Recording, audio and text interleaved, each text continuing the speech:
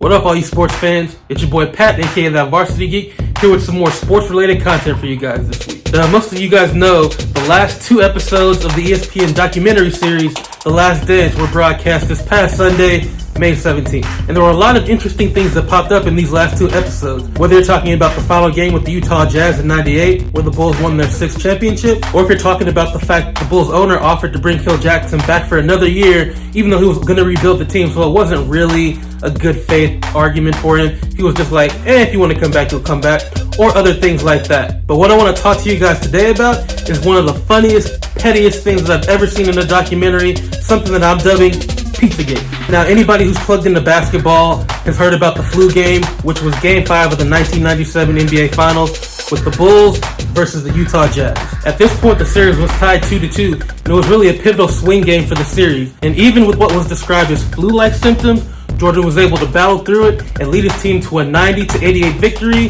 pushing the Bulls to a 3-2 lead in the series overall, which would eventually lead them to winning. However, last night's episodes gave us a little bit more information about what happened before that game and shed a little light about what could have caused the symptoms. So the documentary gives us a little bit more information about what happened that night. The night before the game, Jordan was really hungry and was ordering food late at night, around 10 p.m. There's only one thing open around the hotel, and the hotel itself didn't have room service, so they had to order out and get some pizza. And when the pizza came, Jordan's trainer says there was about 4 to 5 people who actually came to deliver the pizza. And they were asking questions like, is this Jordan's room? Is this his pizza? Is this for him? Etc. Now, I don't know about y'all, but I know it ain't take no 5 people to deliver no pizza to me. If I see 5 people delivering pizza to me, and I'm Michael Jordan, I'm not touching that thing. I don't trust it. Can't trust the pizza that's been delivered by 5 people when you're in Utah, who you know you're playing in the finals. And apparently, his trainer also had the same thought. He thought it was suspicious, and he had a really bad feeling about it, and advised that nobody eat the pizza. However, Jordan proceeded to eat the entire pizza by himself, and then got food poisoning, which gave him those symptoms in the game, not the flu. And that makes sense considering his symptoms didn't last for days to a week like you have with the flu. It was pretty much in and out in a day or two. But the solution to that was simple. Don't eat the pizza. Nobody's forcing you to eat it. You don't need pizza that much, even if you are hungry. But the funniest part of the whole situation is what was revealed after these last 2 episodes were dropped. As the director of the documentary, Jason Tahir, gave us some more information about what actually happened behind the scenes that night. So it turns out that night, all the other guys ordered pizza and they got their food and ate because Jordan was off doing something else and he was busy, and so they didn't want to wait for him. So they decided they were going to order food and they were going to eat, and that he was going to just have to get food later. Now, they weren't in downtown Salt Lake City. They were kind of out in the sticks of Salt Lake City.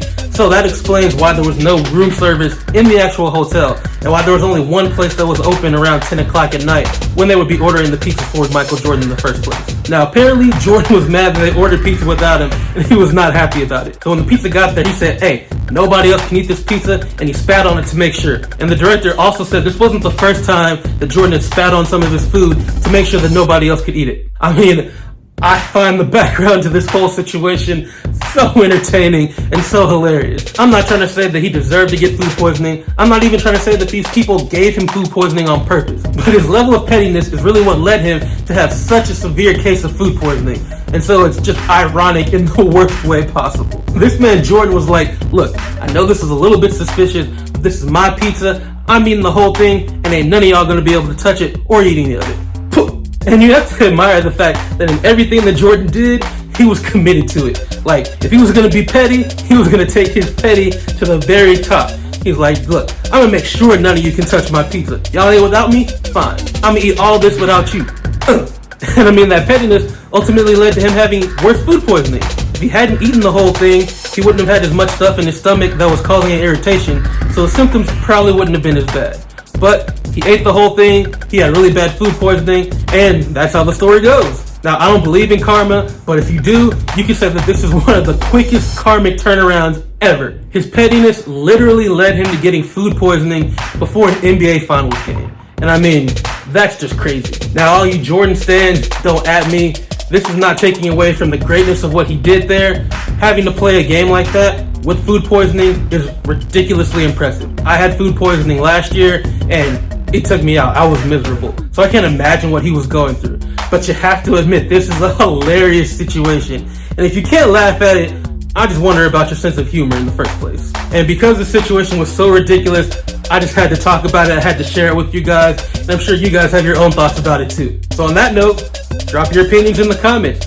Let me know what you thought about this hilarious Pizzagate situation, about Jordan getting food poisoning. How impressed were you that he was able to come out with food poisoning and put on that performance? If it was you, would you have eaten the pizza? What would you have done in that situation with Five Guys delivering it? Let me know. Chop it up with me and everybody else in the comments. Let's just have a good time talking about something funny. Now, I've been Pat that Varsity Geek, bringing you guys some more sports-related content in this dry sports season. Peace out, and have a blessed day.